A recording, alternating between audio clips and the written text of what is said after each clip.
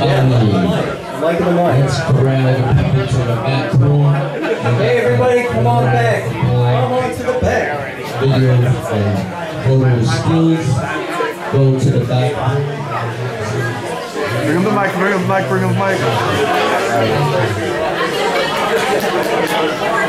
David here, you can go to the back room after you say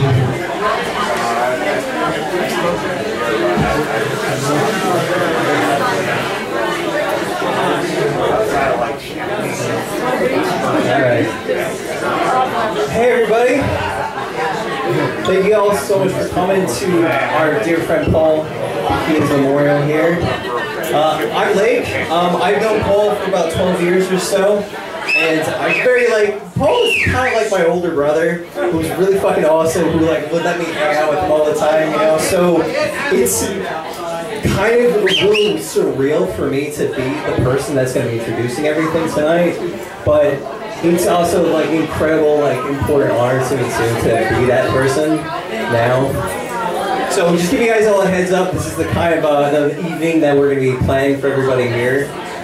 We have a lot of people here. We have Paul's friends from when Paul was a child. We have people that knew Paul when he was, playing in Reagan Youth. We have people here who know Paul more in the more recent years here. And each one of these people meant a lot to him. And all these people here, Paul was such an important person for all of us, all the ways that he kind of experienced us and I still hear his voice in my head so much in the way he would talk to us. So we're gonna have about 9 different people come up at different points of the evening. I'm gonna share some stories about Paul, some reminiscing about how important he was to us in different events. We're gonna have a couple of Reagan Youth songs we're gonna play tonight. A couple of us here are gonna play a couple of them. And we have this lovely slideshow playing here from our dear friend Virgilio. I'll just put that all together. And then also, if you guys notice, the music's been kind of weird. This is not regular bar music either, by the way. This is actually a set list of all of Paul's favorite songs that we'll play. Paul has this incredibly eclectic musical taste, And so, he was all over the place from 70s prog, Black Sabbath, and he's like, Cardi B? You're playing Cardi B? Okay, man. That's how he rolled. This is what he did. So, hang out tonight. And I hope you guys all get a chance to share and be together and remember our friend. And Mark, you want to come up, man, and share some stories about Paul? You're the first guy, man. Woo! Right? Hey everybody. My name is Mark, and I've been playing drums with Paul for the past 6-7 years. And I remember when I first met him, and I didn't realize, because I had met Beatrice first. She was looking for a drummer. We got together, we started talking, and we hit it off, and we decided that I would come and play some drums for Beatrice. And I met Paul and realized he was in the band. And being a fan of Reagan Youth, I was like, holy shit, And he always used to say to me, holy shit! He always used to say to me, don't ever close your hi-hat. Because I was playing punk, right? Don't ever close your hi-hat. We would be working on songs and he would say to me, no, that's too good. That's too good. Don't play that. That's too good. And so, one of the things was that I teach kids and I work with student bands. And a lot of them, when I would talk about Paul and Reagan Youth, they'd be like, I love Reagan Youth. And these are 16, 17-year-old kids. So Paul got to make music that's still relevant today with young people. He's still inspiring young people today. He gave me a jar of picks one time, because I told him, they never have picks. The guitar players, the young kids, they never have picks. He gave me a jar of picks that he's collected over his years of playing music. And he's like, give these to your kids. And I was like, that's amazing. And I'm just blown away by the influence he's had. I'm a better person having known him. And it's been my pleasure and honor to play with him for the past 6 years. Write music with him. He was such a brilliant man. a prolific songwriter, a beautiful songwriter, beautiful guitar player, musician. And we played with Urban Waste. And it was just me on the drums and Paul on guitar. We had guest singers come up. And he sent me the set list. And I knew most of it from playing with him in Reagan Youth and doing shows before. He gave me the set list. I learned it in order. We get to the show. He announces the first song. Not only is it out of order, but it's not even on the list. And I'm like, okay, it's going to be one of those kind of nights. But luckily, I had enough experience, I knew, and we just had a blast. It was just a great time. The place was packed. Young kids singing lyrics to the music. I've seen videos of student bands playing Reagan Youth songs. Like, it's unbelievable to me. So I'm just really grateful, honored to have known him. Still can't believe it. He's taught me so much. When he was ill, he would come to rehearsals and sometimes lay on the floor because he was just so beat up from the treatment stuff, from just being sick. But he was there. He was playing music.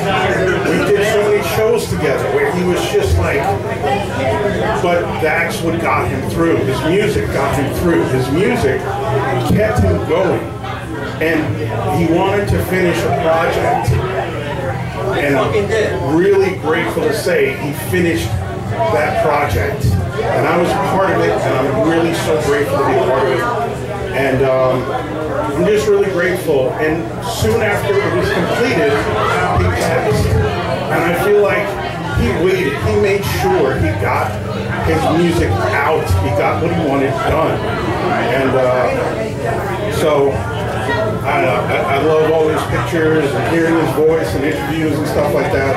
And again, I'm just super grateful to be a part of some of his history, part of his history. I don't go back as far as some of you do, but, you know, just to be able to have that time with him, I couldn't be happier. So, thank you all. Let's have fun. Let's celebrate his life. See you, Uncle Paul. We love you. Just give me a sense, by the way, like the dedication of Paul. So volume 3, by the way, is done. This is going to be coming out, the final Reagan Youth album, and like, I don't know exactly when, but sooner or later, right? Paul literally finished the last tracks in his hospital bed. Like the last, you'll hear it on the record, the acoustic spoken word. Remember I said this, right? That was done in his hospital bed. Right. So Mark is one of the recent times here. We're gonna throw it back to when Paul was but a young lad. Eddie, if you want to come on up, man, and share some stories, please. Let's go, Eddie.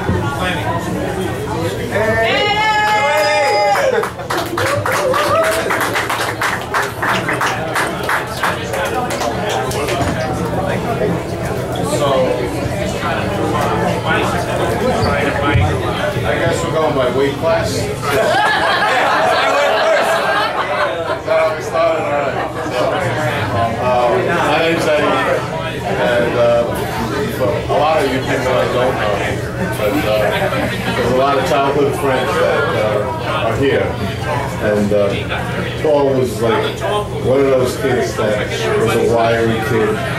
We all hung out in the schoolyard. All right, he played roller hockey. We did all kinds of stuff, mischievous. We were little kids, innocent, and then we got older and we became evil. And for whatever reason, though, his cousins are here, and they're like, you know, how do you know Paul? Like, I grew up with him. We were kids together. He goes, well, I know him longer, you know, since he was born. all right, so he went up me, right? So Paul's father, he did not like any of this. He just did it. Like, so when I said that, I go, his father never smiled. He goes, yeah, you know. So, right? But we had this bond as little kids. You know, we would play roller hockey. You know, and my mom, my father's house was right up the block, and it'd be dark night, and it's like nobody's home. So no cell phones, no beepers, no nothing. So they called my house because we were closest to the schoolyard. So my mother would send my father down to get us. And everybody called my father Baki, right? And he'd be there playing with us. Then you'd see all the mothers lined up in their bathroom like this.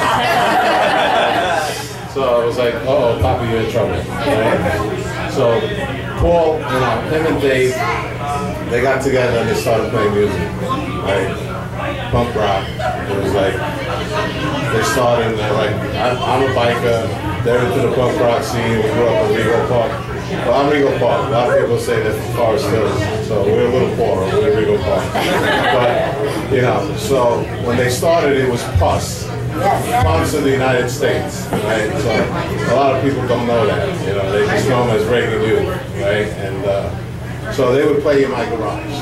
They would have, like my house was open house. Everybody came, like, Paul's father was a super of a building, right? And we had keys to the bike room.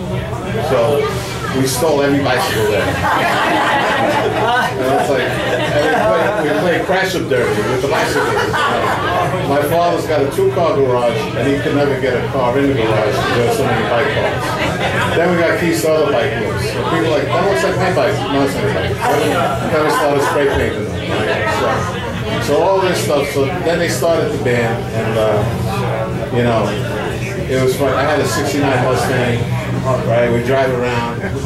When we came here, when it was like, I didn't know it was A7, like, we did Niagara. I'm like, okay, I'm like, where's Niagara? And Russ was like, A7, man. I'm like, yeah.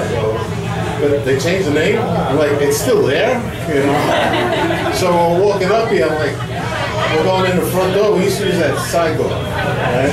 We never went in through the front door, And so he would play here. So I'm a biker, right, 18 years old, I bought a Harley, these guys are into the punk rock scene, we come down, so it's cool, I got my black leather jacket, everything's good, right?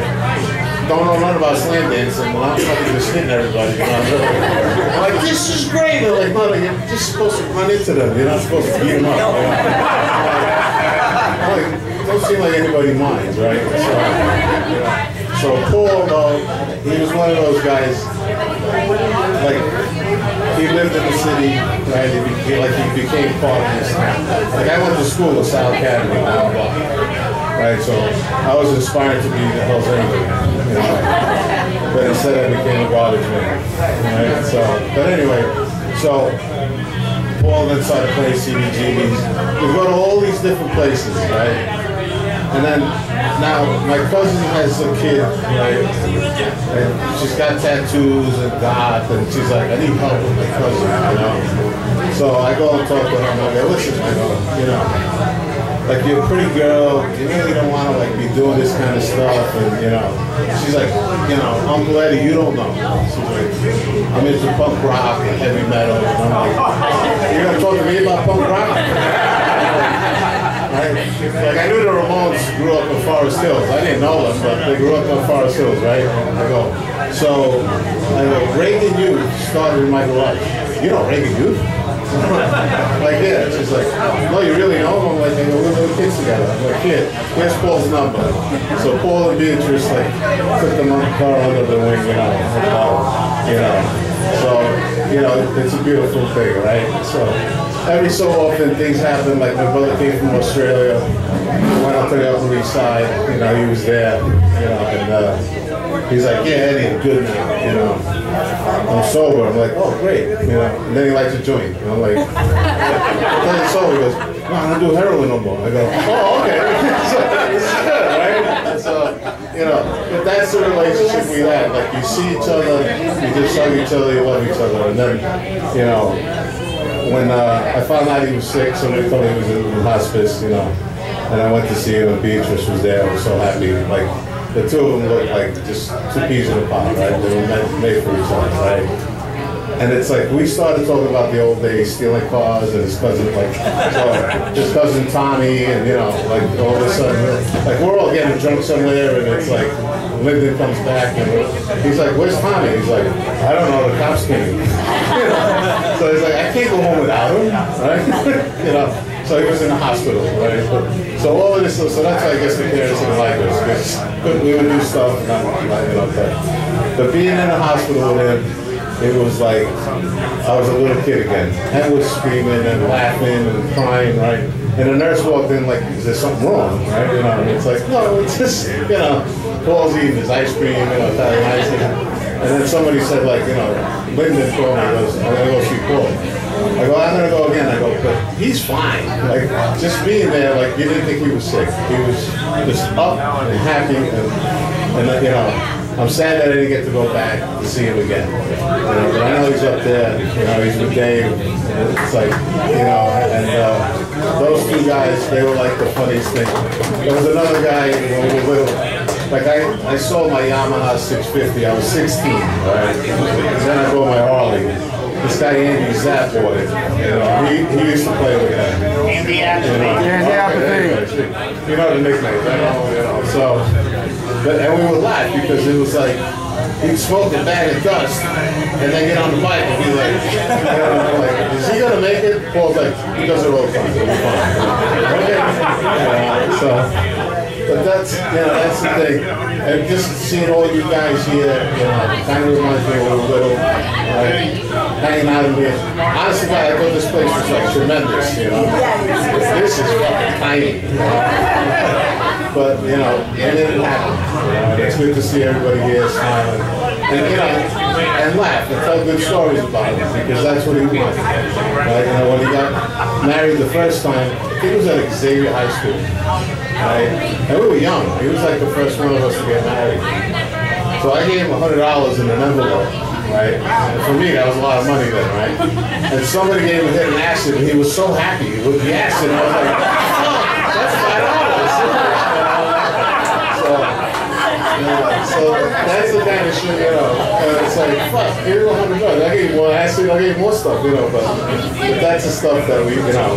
And he's like, I smoke cigars, so he can always steal from Harvey Keitel and give me Cuban cigars. He's like, I got these for you. And does he know? He goes, no. So that's pretty much it for me. You know, I love you, Beatrice. I love you. And thank you all guys for being here.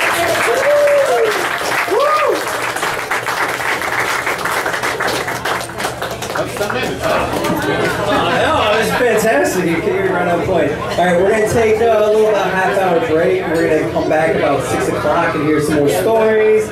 And guys, hang out, man. And you know, we'll hear more.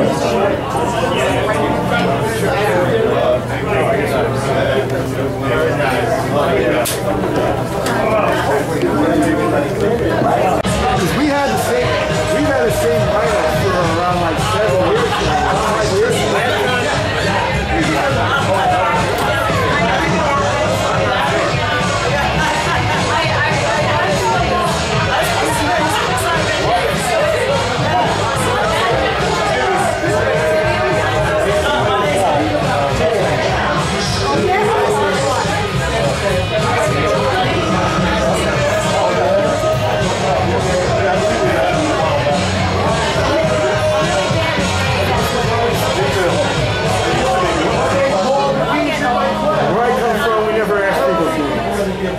That way if the cops say, do you know Mr. Blah, blah, blah, I'm like, no, I never heard that person in my life.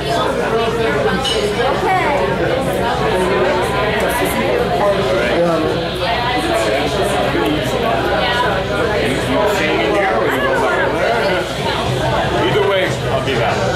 We'll be back. Kids really chop up. What's that? No, they got a slideshow.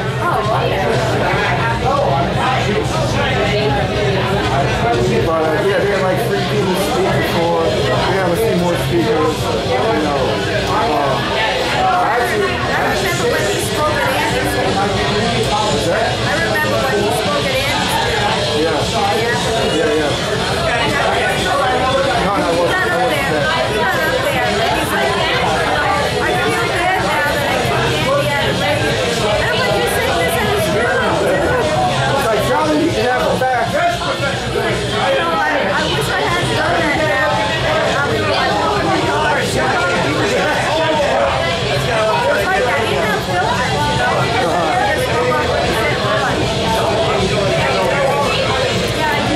Well, so this is another one. It's going to be a throwback, kind of like Eddie here. So we're going back to like playground friends. All right, so Russell, man, if you want to come up here, okay, introduce yourself to the crowd of people.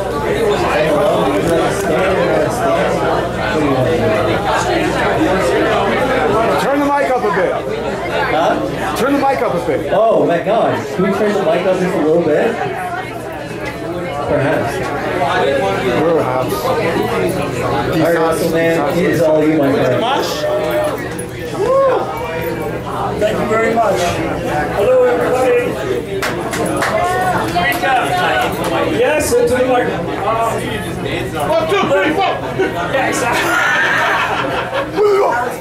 When the lovely and beautiful Beatrice had asked me to do this, I was like, a million thoughts went through my head, and I couldn't get anything together. And I thought about, well, like Paul and I, we go back to age 13, Mets and Rangers fans, like huge Mets and Rangers fans. I thought about that. I thought about the fact that Dave and Surgeon, or Dave Rubenstein, and Paul and I, the first thing they said to me was like, Russell, you're a really good guy, but your taste in music is horrible. Horrible, Russell! At that age, my favorite band was Kiss. Okay? They were like, you gotta get into Black Sabbath and The Who and all this. And I was like, yeah, okay, all right. So I started listening to that stuff, and I was like, oh, this is pretty good. And, you know, the rest is kind of history in terms of their development. But the thing I wanted to tell you about Paul tonight, it brings us actually to A7. And that's the fact that when we were juniors in high school, Dave and Paul and I had this big plan for the summer of 1981 that we were going to go to London and we were going to see all these punk bands, right? We were going to see The Clash and Sham 69 and bands like that. We were so excited. And then about a month before, or 2 months before that we were going to get our tickets and all that, Dave said, no, I can't go this summer. I can't go to London. So I was crushed. And then Paul and I have been saving money. We both worked in butcher shops in different parts. He worked in a butcher shop in Rego Park. I was in Forest Hills. And so Paul said, well, I'm going to see my relatives in Croatia. I was like, uh-huh. And he goes, about a week later, he goes, hey, you want to come with me to Croatia? So I said, yeah, I'll definitely do that. So we went to Croatia. First week was a little rough. After that, like, we totally loved it. I was with his family. In the morning, we would drink fruit brandy. I was pretty good at 17. And that summer, like, Paul was very obsessed about music. You know, he'd been practicing guitar for several years now, and he was a little obsessed about it. He was worried about the fact that we were spending all this whole summer away from New York and the scene. And every day he would play Nights in White Satin, which is such a beautiful fucking song. And I thought about that today, and I thought, like, that's a beautiful song, right? And the reason that Paul played it is because at his cousin's house, there was just a bunch of Yugoslav pop. And, you know, we tried some of those records, and we're like, yeah, okay. So we probably just needed to, you know, listen to it longer. But in any case, that summer, it was a summer of great experiences for both of us. One of the highlights was that Paul kept dragging me to the Topless Beach, which at that time there was a Club Med in Croatia, and for a couple of 17-year-old guys, we thought that was a pretty great place to be. Anyway, what I wanted to say is that when we got home that summer, so Dave and Paul got back together, and Dave started saying, listen, man, you got to get ready. We got to play a gig, and we're going to have our first gig at A7, this place called A7. I had no idea what that meant. Paul didn't either, really. And then, sure enough, I think it was like late in August, that's where Reagan Youth did their very first show, as I recall. And the rest you know. So that's all I wanted to really share with you guys. And I love him and I miss him. He was as much a brother as a friend to me. And yeah, so thank you.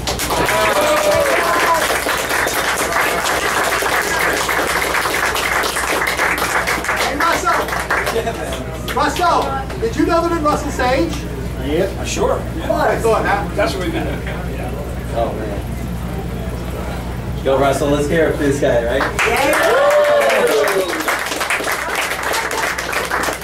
Alright, our next guy had the DC come all the way out from LA.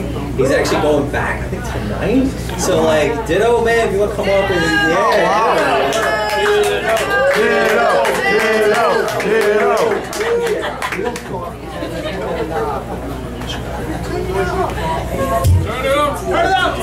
Oh yeah, right? Mr. Montu!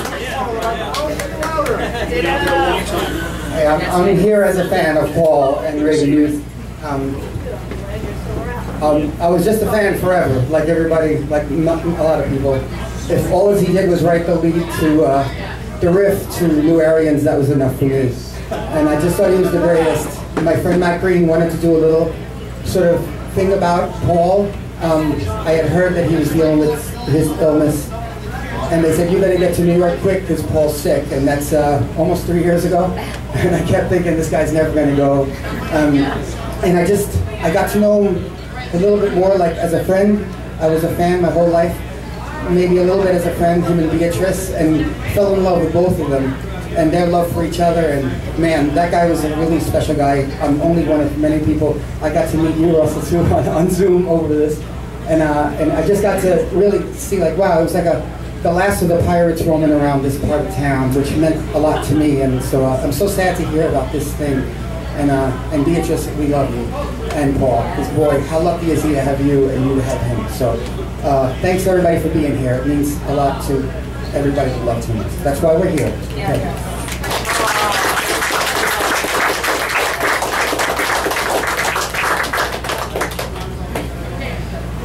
Next person coming up here, kind of an important person. Also, to be honest, a little bit my hero is he taught Paul back when they were in school. He was his physics teacher, right?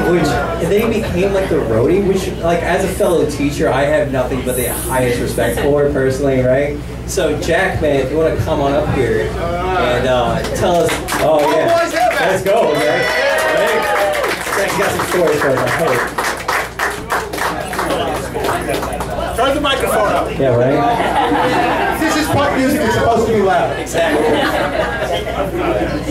I'm sorry if I read this. Thanks to my wife, I wrote it down. John Lennon saying that a working class hero is something to be. That's why you're all here. Yes. I can add to that with the Yes Boss. One night at CBGB's, I walked in, and HR from the Bad Brains and Paul and Dave were having the Yes Boss contest. Can anybody say Yes Boss for me? Yes, boss. No.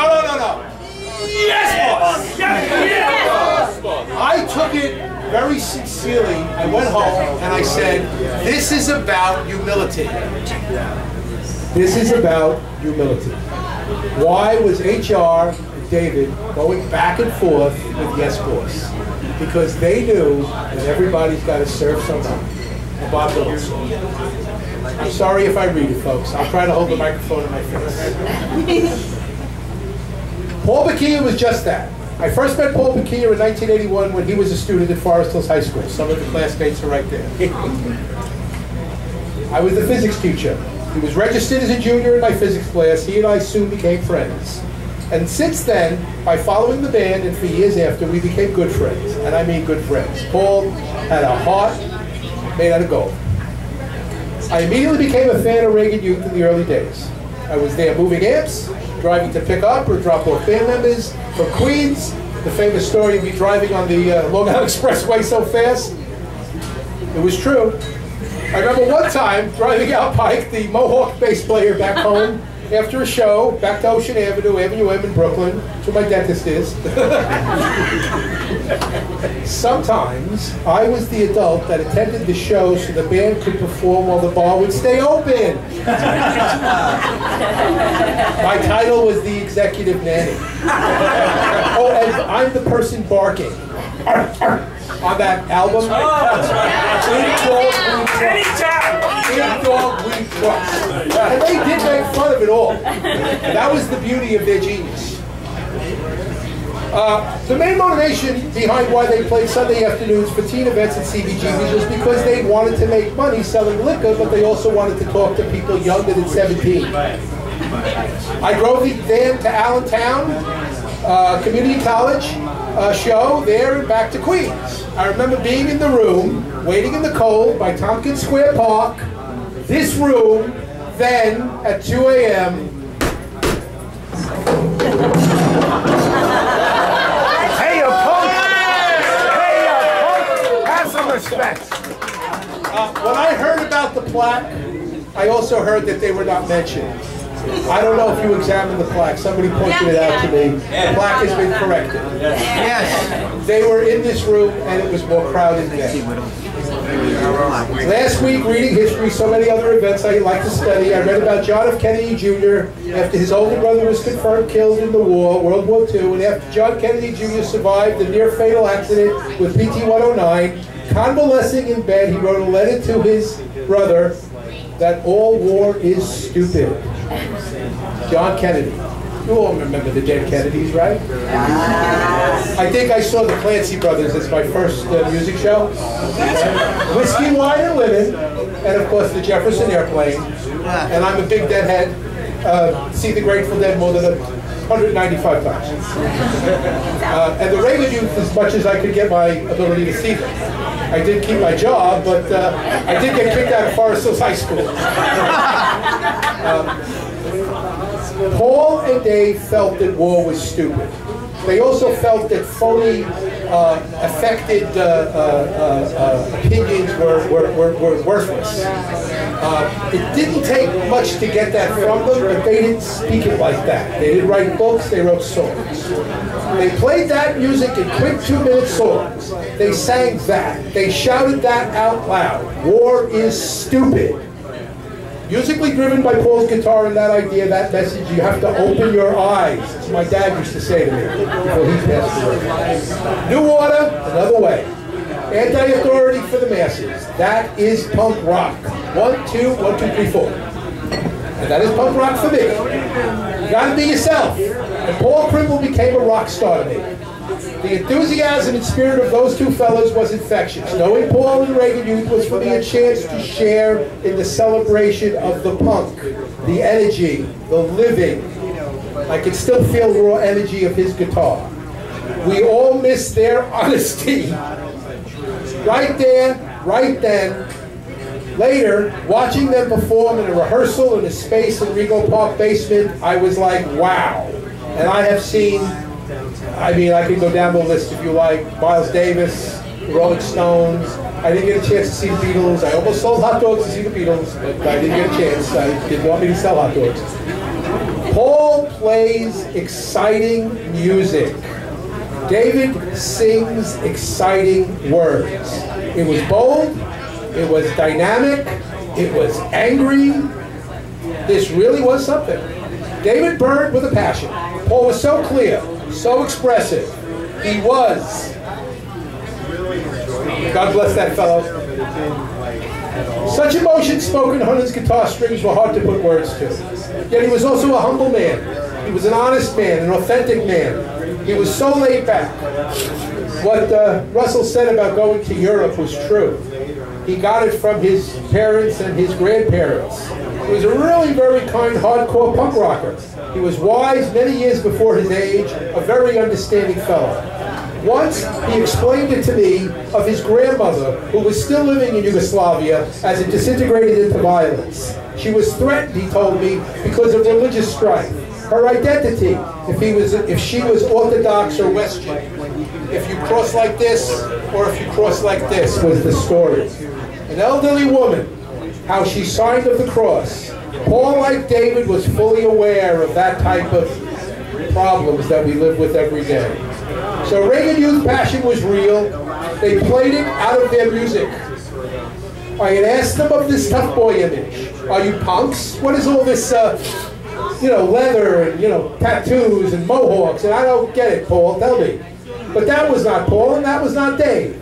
Reagan Youth was brash, outspoken, clear, honest, direct, humble, too clear, right on.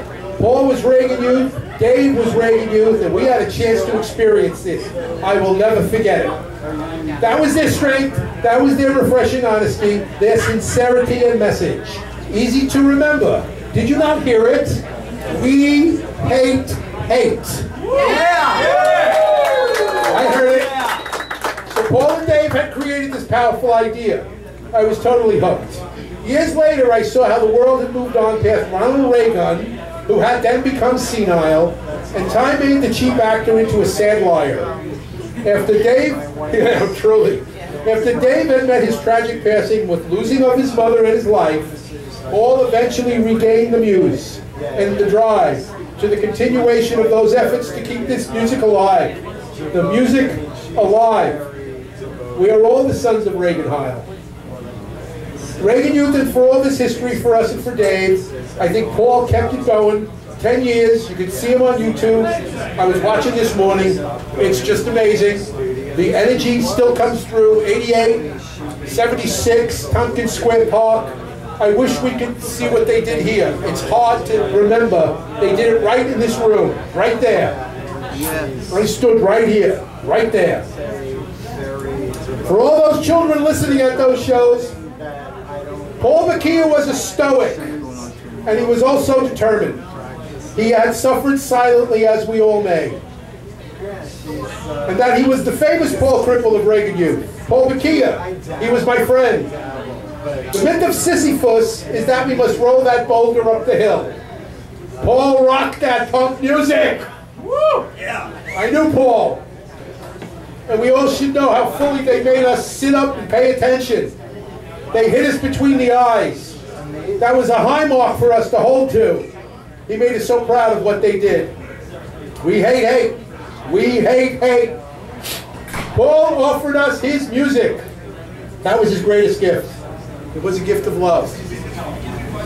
Once, out in front of Forest Hills High School, by the front entrance, I remember talking casually with Paul and Dave in a casual conversation. So I said, "So why is Johnny going out on Tuesday night? Can you tell me you can't read? If he can't read and write, what's he doing out? Is he totally degenerated? Is that the teenage life you guys want?" He was a friend of ours. I miss him to this day.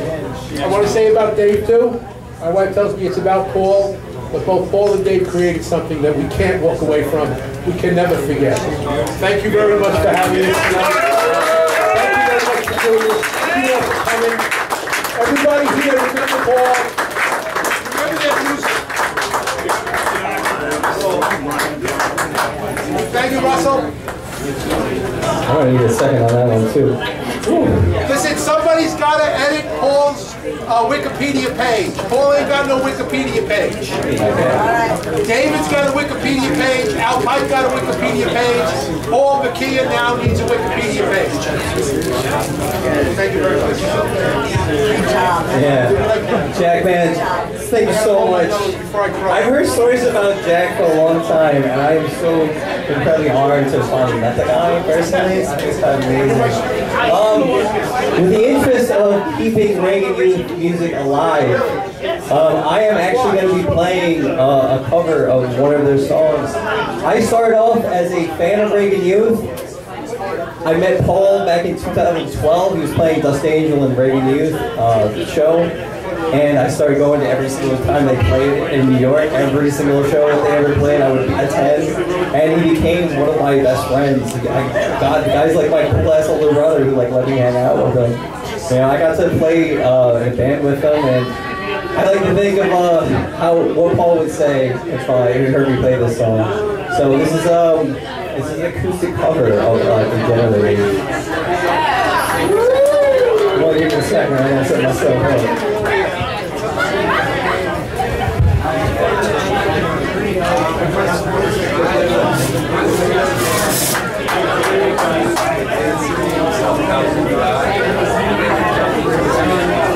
Totally not nervous at all.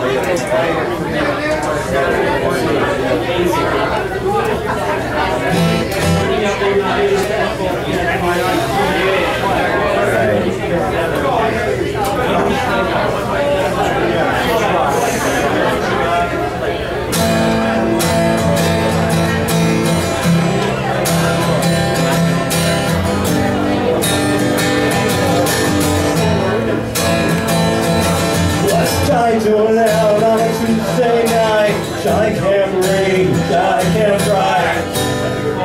Johnny just don't understand.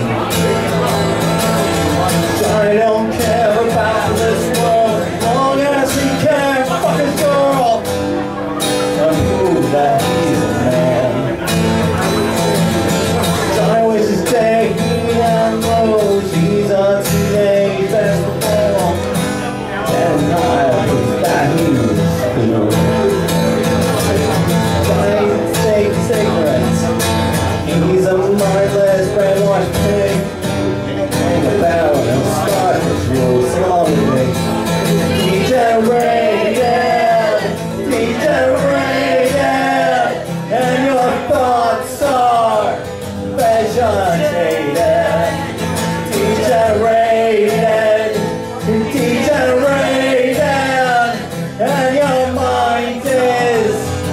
messed up. Hey, man.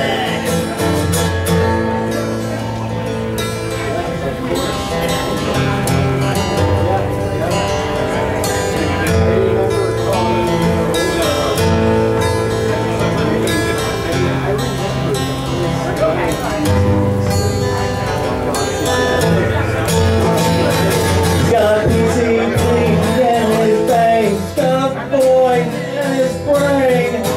He's addicted to thoughts he needs. When he grows up, he's gonna have a son and won't grow up, deaf and dumb. Oh, he got done,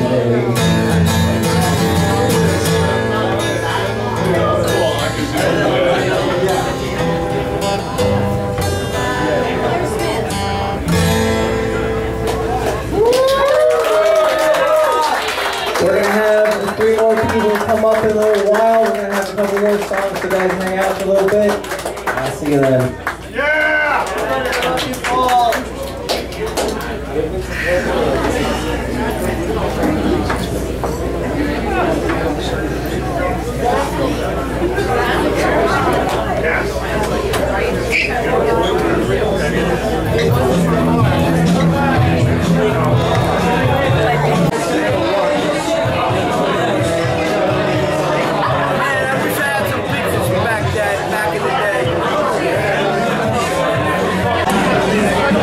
Everybody, we're going to start again. We got a couple more people, we got a couple more songs, so come on back in.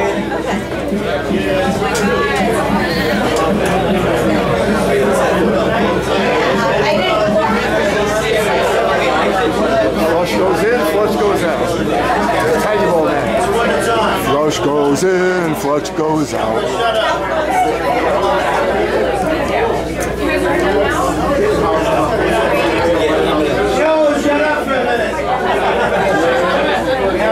This man is a police informant. This man is a police informant.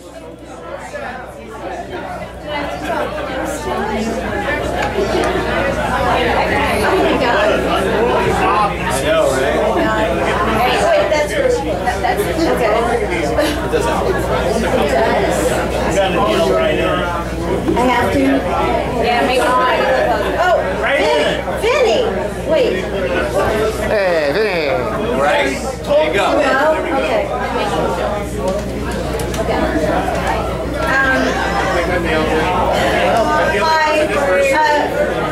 You can raise the arm up. Raise the arm forward a little bit. Yeah, like so. Yeah, that's right. Yeah, bro. Hi. My name's Bianca, and most of you don't seem to know who I am. Love you, Bianca. Oh, okay. Oh my God, I didn't know you were here. Hi. I was married to Paul I was married to him for 10 years. Surprise! In the 90s. We met in the late 80s when I was 17. I was working in the Big Apple Circus, and Paul and Dave lived. The girl, she was a horse groomer in the Big Apple Circus, and I was living in a trailer with her and her husband. We were touring around. But they kind of lived in her apartment because she was touring with the circus all the time. So you said this wouldn't be funny. So this was like a subletting situation. But anyway, one day Paul and Dave showed up at the circus when we were in Lincoln Center. We were performing in Lincoln Center, and it was Dave's birthday. And so that he was organizing like a dinner. He wanted to bring, he was a pot dealer, so he was rich. And he was organizing like a big dinner for his birthday. And Annie said, you know, it's Bee's birthday too. The day they were going to do it. And he was like, oh, well, you have to come too. So I went, and it was on my birthday, and that's really how I met Paul. And, you know, we went to this dinner, and I was sitting across from him, and he was great and witty and funny, and that was it. And we ended up getting married.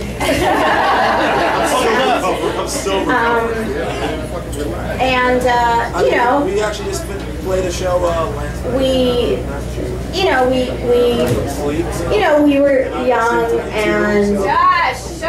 We were young and inseparable and did everything together. There's a lot of guys here that knew him growing up, and they played softball with him and had these games every Sunday. I went to the games. We went to parties. We did everything. We got arrested together. I mean, we did everything together. And anyway, I'm not gonna talk about all how great he is and all that kind of stuff, because I'm sure everybody's done that. But someone suggested I come up with some fun facts, try to come up with stuff that hopefully no one knows about him. A few people might, but a fun fact is that Paul, he was really smart. I'm sure everybody knows that. But Paul graduated he went to St. John's University, and he graduated on the dean's list, and then went to John Jay Criminal Law and graduated. Dean's list, like, brilliant. And he was the kind of guy that didn't study. He was like touring with Reagan Youth, he didn't, it just came very easy to him, and that's very impressive. And he was humble, he didn't brag about it, and that's a cool fun fact. Criminal law?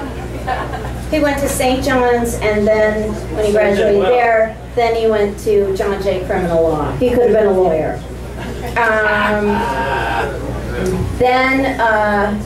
Another thing is his parents. His mother was, she was just, his parents were immigrants, and his mother was an immigrant, Slovenian, Roman Catholic, a devout woman, and she named him Paul, and most people always assumed it was like, after St. Paul or something like that.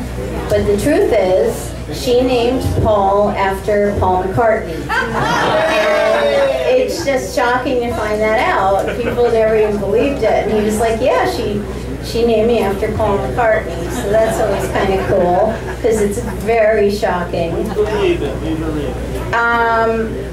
Another thing, some people might know, but I have found most people don't know.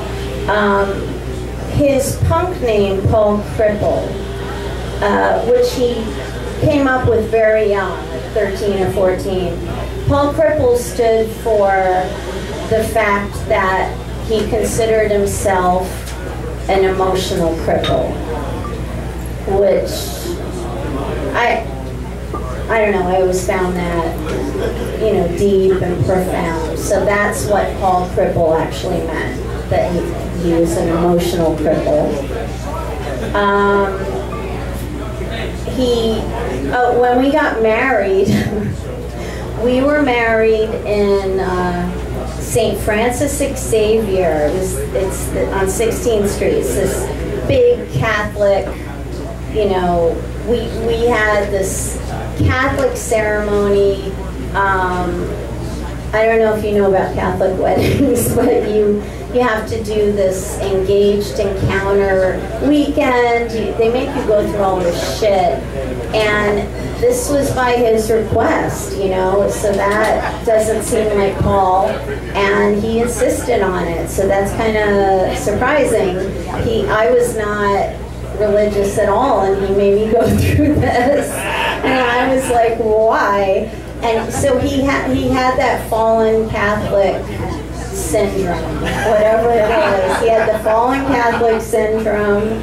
And when we got married, it was a very Catholic wedding with a priest and everything. That was what we had. But yet, I was married in a mini skirt, and I had patent leather go-go boots, and so they kind of were like shocked when I showed up. And we had no money, so the priest had, ahead of time, allowed us to have our reception in another room, and so we just had all of our friends, it was just a few close friends, in the other room, and we just brought a huge boom box with some tapes, and you know, the first tape that played was Black Sabbath, and we were, you know, and so that was, it is what it is.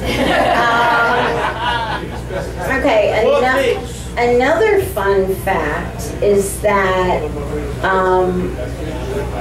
I don't think he told people, I don't know if he told people this, but Paul knew Madonna. And this is in some photos from, you know, the 90s period.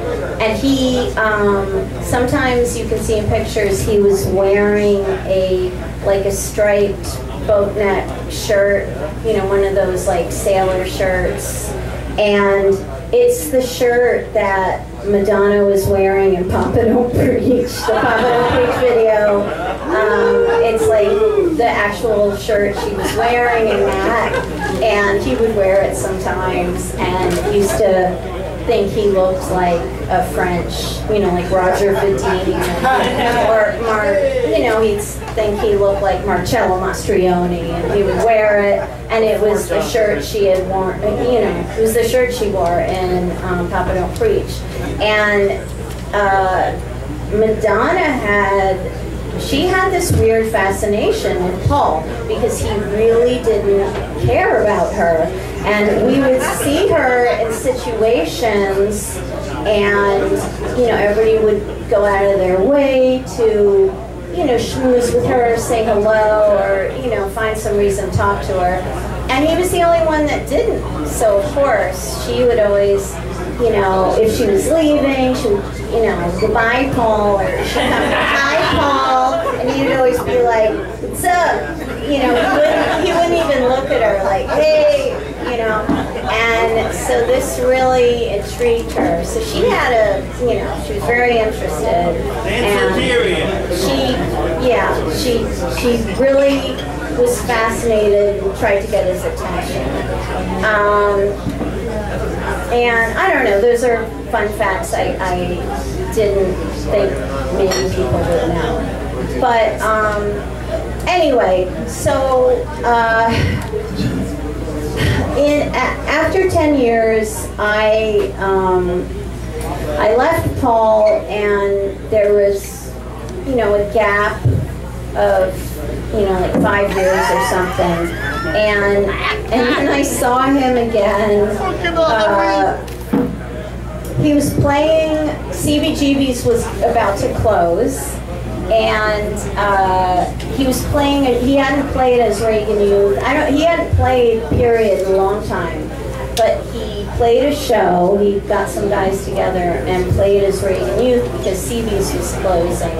And someone told me about it, it was like, you know, Paul's playing, and so I decided to go. And, you know, I knew he was really pissed. And I decided to go. I thought it'd be a good opportunity. And I showed up, and it was not a good opportunity at all. And he just looked at me like he wanted to kill me. And so I left. And the next morning, I got an email from him that was, it was the most beautiful email I had ever gotten. He just, you know, apologized and you know, it was long and beautiful, and I won't get into it, and it basically ended that period, and he became, it was a new chapter. He became, I was remarried at that point and had just had my first of a few kids, and he came over probably within days and became close with my new husband and my kid, and that was that. I mean, he was amazing. He was very forgiving, and became family in another way. And shortly after that, he met Beatrice, and right after he met her, I remember he brought her over, and I could tell by the way he was acting, it's like he wanted us to meet her. It was almost like we were his parents or something. It was like he was showing her to us, and I could tell he wanted, I don't know, he wanted to show her off or us approval. And you know, we welcomed her and loved her, and you know, they became part of the family, and my kids, I had 2 more sons, and they grew up with him as, you know, Uncle Paulie, and you know, I have pictures of them at their first birthday party. I have pictures of Beatrice at at my baby shower, looking at my stomach, and they're 16 now. It's just been really great, and I've probably gone off. I'm not good at this. I've never done this, but you know, they became family. It was like a new chapter, and it's just been great, you know. But you know, in the last days of his life, we had a lot of closure from the bad days, like why I left him. There was a lot of, you know, we were junkies, and I left. I wanted to get clean. He did too, and I booked, whatever. It wasn't cool. I was kind of a coward about it. But after I left, this is another fun fact. After I left him, he apparently he would just like walk around the city with his guitar case, and apparently there was a sawed-off shotgun in it. And he was always like looking for me with the sawed-off shotgun, you know, hoping to run into me and kill me. And you know, and this was like a thing, and he told me later he was doing this, and you know, other people are like, well, you know, you better steer clear of Paul, you know, he's got the sawed-off shotgun in his, you know, guitar case and all that kind of stuff. And the last day I saw him, which was about 3 days before he passed, we had so many great, you know, we talked about so much. We had so much closure.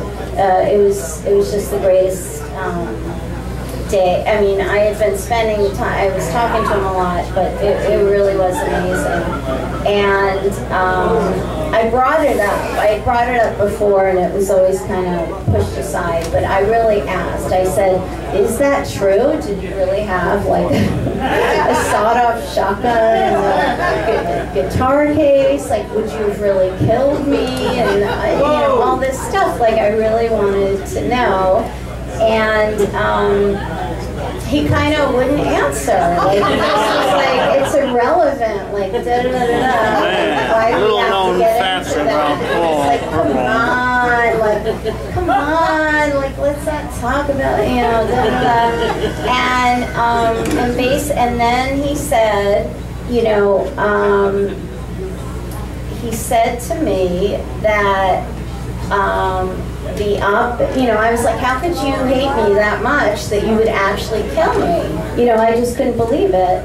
And he said to me that love, the opposite of love is not hate, it's indifference. And it took me a while to really take that in and, you know, wrap my brain around it. It's a very Paul thing to say. You have the gun? He didn't say, but figure of speech. But by saying, you know, the opposite of love is not hate, it's indifference. That I don't. You know, he was kind of in his Paul way of saying, like, it's a compliment. And, you know, he, you know, it's, you know, it was his way of saying, you know, indifference is not an emotion that Paul CRIPPLE had for me, you know, and that, you know, that meant a lot. And he, you know, he was full of, you know, rage, and he was flawed and all like that, but he was just fucking amazing. And he was just so forgiving, and he was just a very unconditionally loving person. Truly, like, a lot of people think that, but they're not. But he, you know, like, family. Like, it didn't matter what you did. Paul would forgive you, and he knew what love really meant. And that's all I have to say. Thank you. All right, all right.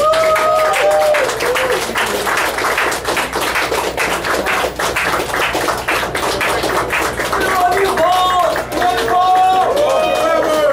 Let's hear it from Bianca.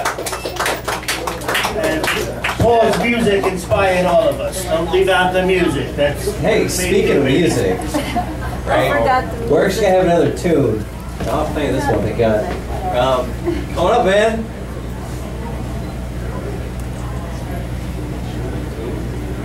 Have another tune. Yeah, man. I know. Oh, I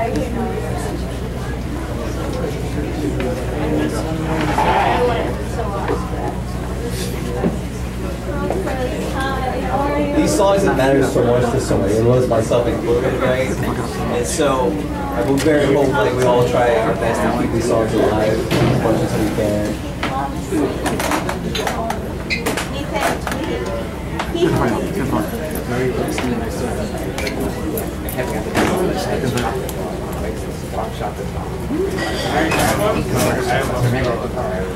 Excuse me, are you in the shot?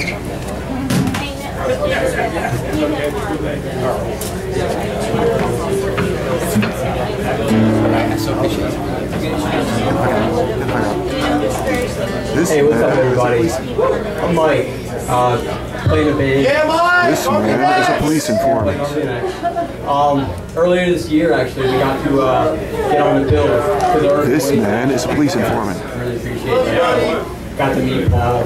I only spoke with him for a few minutes, but his music's fucking touched my heart. It's touched me around the world. And get closer to the mic. I gotta get closer to the mic. Yes, thank you. Basically, Yeah, I gotta knock my teeth into it like I said. Oh, there we go. Yeah, you got me. You got me. Cool. Much better. So like I said, I only got to meet him for a short time. You know, it was a weird show. It was a big like sing-along show basically, which, you know, if anyone wants to sing along tonight, you're more than welcome to jump in with us. But really, like, his music has touched my heart. It's touched fucking millions of people's hearts. His messages, you know, the message of fucking making music, you know, ideas are bulletproof. Fucking what they do is forever. The shit that they've said is forever. Fucking, it's beautiful fucking music. It means so much. And I'm gonna play the song right now. It's called USA. So, yeah, something. I don't do the mic, the guitar. I might not know all the words, but I'll help you sing the chorus. All right.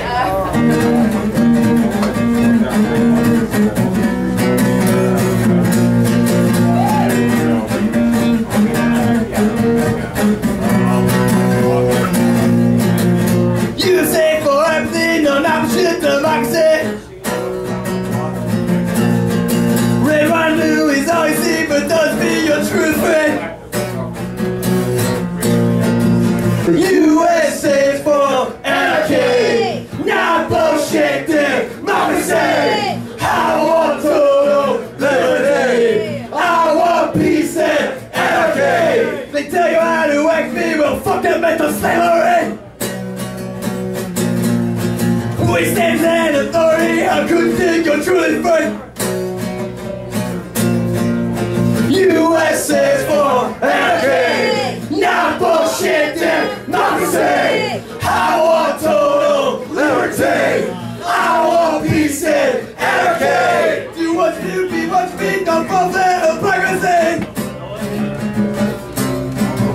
Red, white, and blue is all you see. No. Open your eyes and you will see that true freedom is anarchy.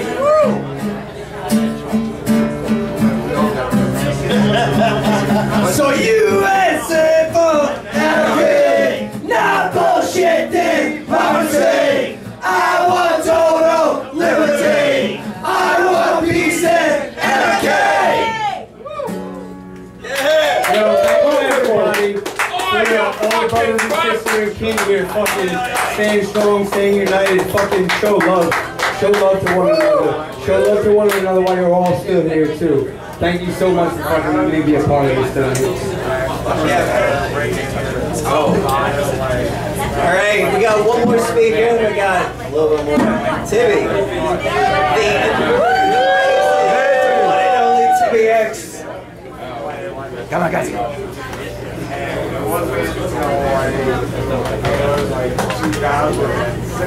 Love you, Timmy! I have like nothing prepared, which is kind of how I joined. That's folk rock!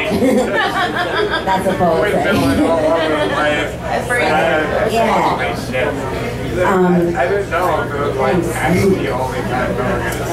It's so cool to see like Paul's family here. He like brought me into this whole world, and I didn't even know how to play bass or any of the songs when we went on our first tour.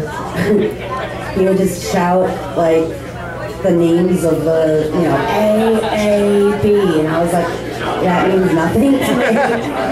So I just listen, you know, because I play by ear and I play along with him. And that's kind of how we traveled around the whole country in Europe together. It was like two cartoon characters in this world that he let me into. So he's been grateful for that. And I don't know, I think about him every day, always, because there's so many stories and experiences that we had together. So I hear his voice in my head like we're chatting, because we would just go out and experience all this stuff and then retreat to the van and just laugh. Like we would just crack up. And he talks so much shit. And it was so on point. And that's one of my favorite pastimes. So There was no censorship. And that's the thing that I really get from Paul's life, is to just not give any fucks about like trying to be dishonest. He told me that his life's purpose was to expose the evils of society, and I think he really lived true to that.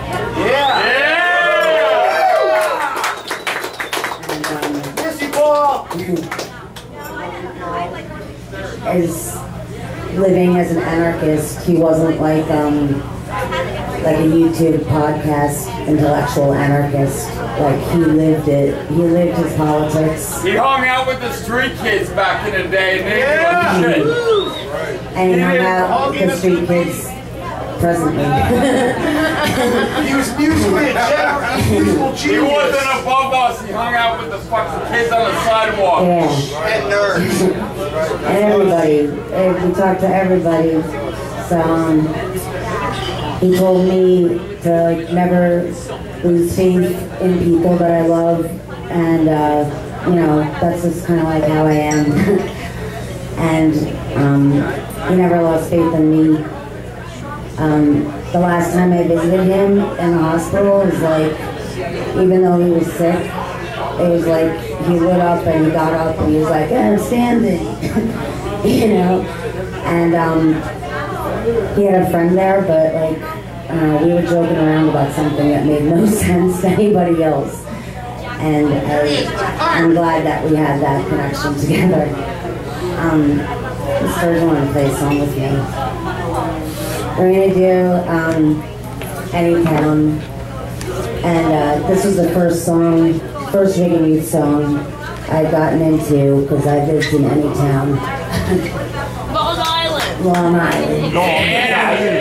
From Any Town, Long Island. And fucking God, I got out of there.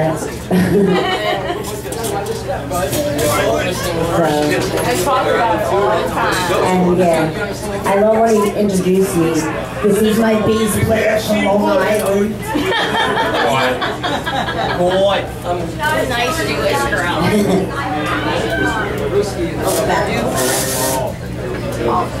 Just go. Alright. 4 out of 10, I'll be very Vegan Youth. Put your phone down. Put your fucking phone down. I need cool. You need age, but go like that. No, I think we're sure. Yeah. Hello. Alright. If anyone wants to sing, go for it. Alright, sing acoustic guitar. Grandma's guitars. We didn't practice this acoustic. Hey, where's Spot? You ran away.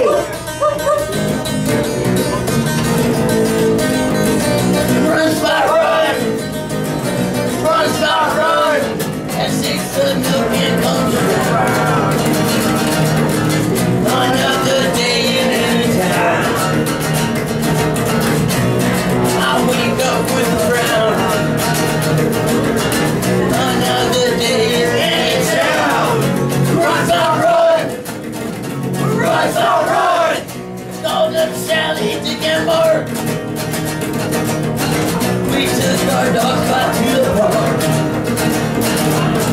to watch them play in her bar. And Spot ran way into the dark. Run, Spot, run!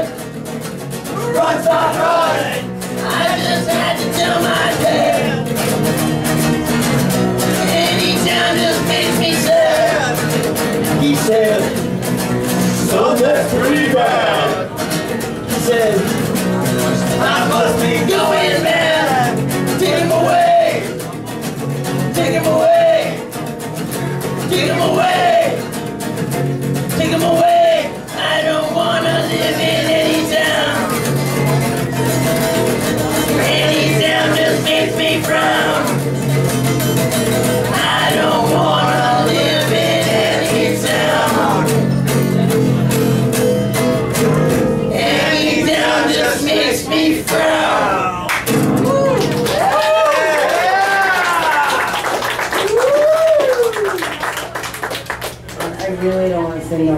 So okay, but sing no class. I didn't want to sing that song. So I hate singing and playing. I've been avoiding that for years. Ready? All right. Sure. 1, 2, 3, 4.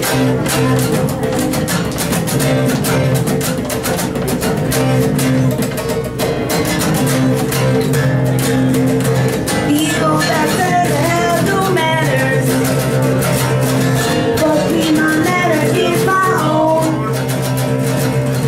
I might not find the social ladders, but I can find through your fence. Got no class, said I got no class, said I got no class. I just my fucking self. Feel better and I'm so classy. Easy in my place. Let's sing it. I'm not a category. Cheaper pressures on my face. Got no class. Said I got no class. Said I got no class. I'm just my fucking self. I have times I might be gentle. Don't mean that I'm no gentleman. Yeah, I ain't looking for Miss Hardcore.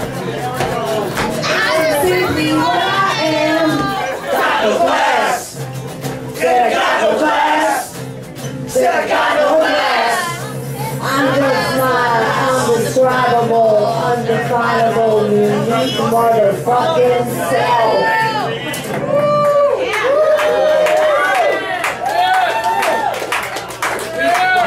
Do a couple more, but we need someone else to sing. Yeah, if anyone wants to sing.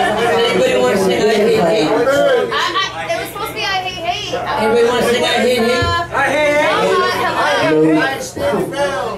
Yeah. Spike. Anybody? Go do it. Take the mic. Hey, we're not in tune, so I can't tune it. We're not in standard tuning.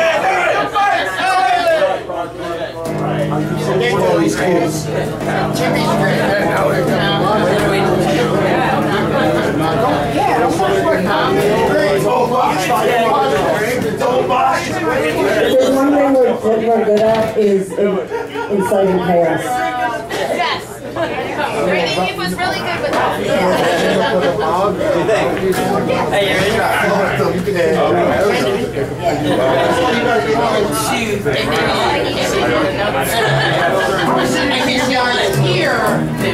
About 10 years. Do it.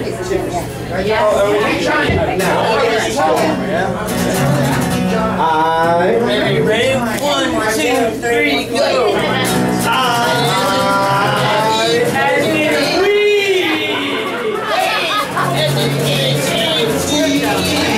That's so fucking hilarious.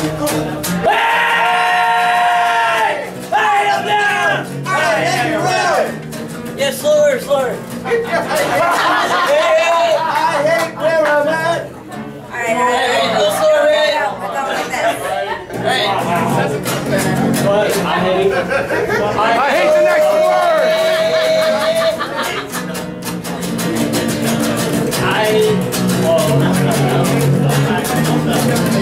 Broccoli. I hate the life you live.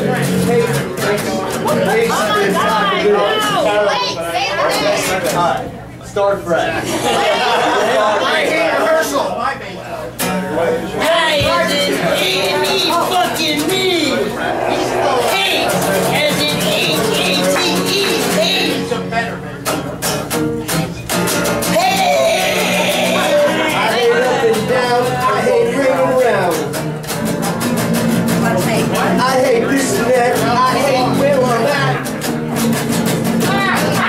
Stop loving hate and hate love when the fight in the war is won.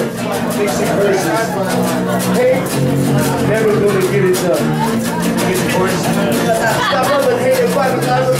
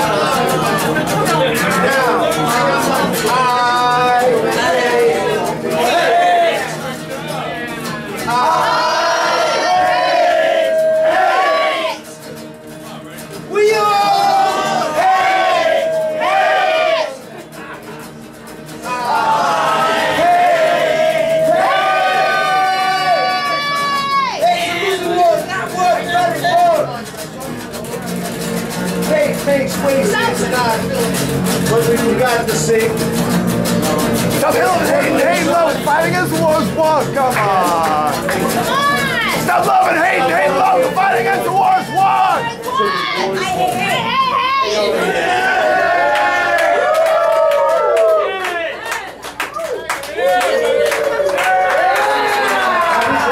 We'll end with that. Love Paul. Don't tell it to them out. Yeah. I know Reagan used to You're singing New Aryans. Oh my God, New Aryans. No. We're doing your slide.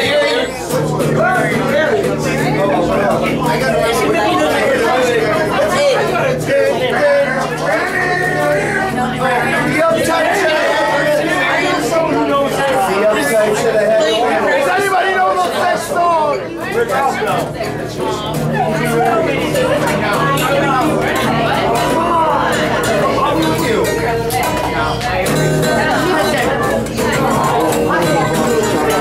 I saw you do that HR tribute. I knew you did that.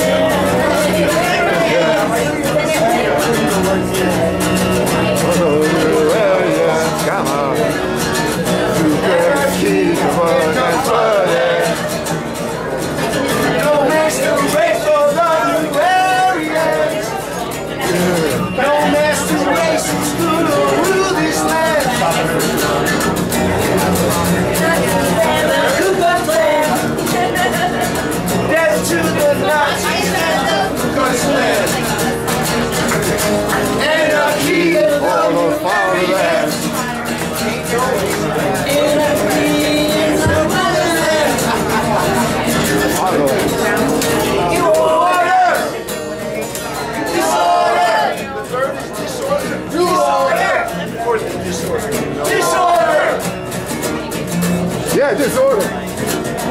Disorder! Now! Now! Disorder! Now! Like Cookie Monster. It has to be like Cookie Monster. And apparently for quite some time. Thank you.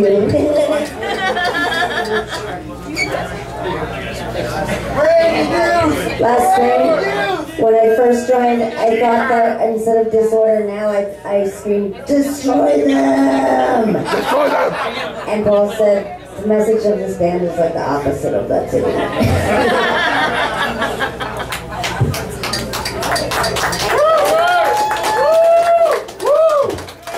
Alright, so thank everyone for coming out. That's all we got for the evening. If you want to hang out and chill and have a couple of drinks for Paul, please do, but like, man, fucking remember a couple times. I played that earlier. We weren't here. Hey, why don't you guys play a song you know? Why don't you play a song you know? I already played once. Want to play it again?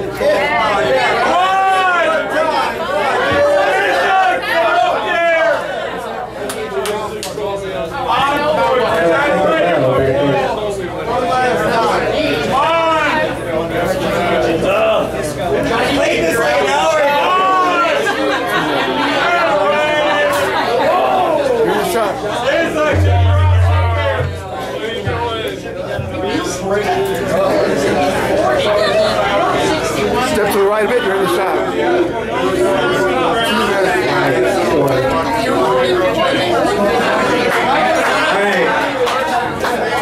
This is my acoustic version of Degenerated. Yeah.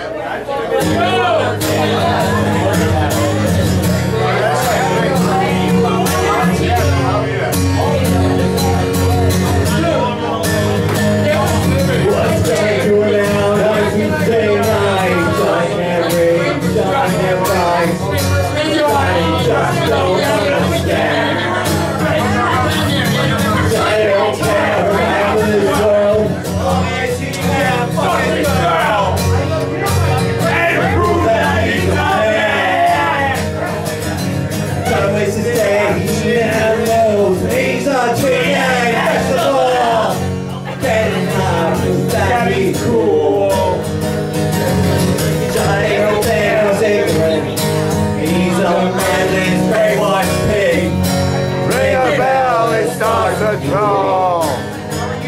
Degenerated, degenerated, and your mind is degenerated, degenerated, degenerated, and your thoughts are constipated.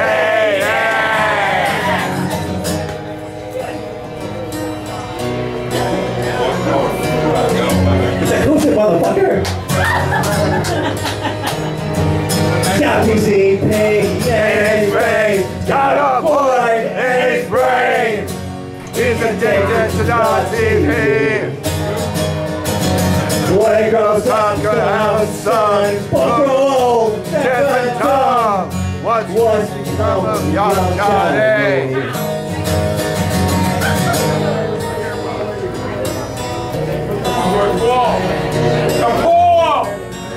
Poor Paul.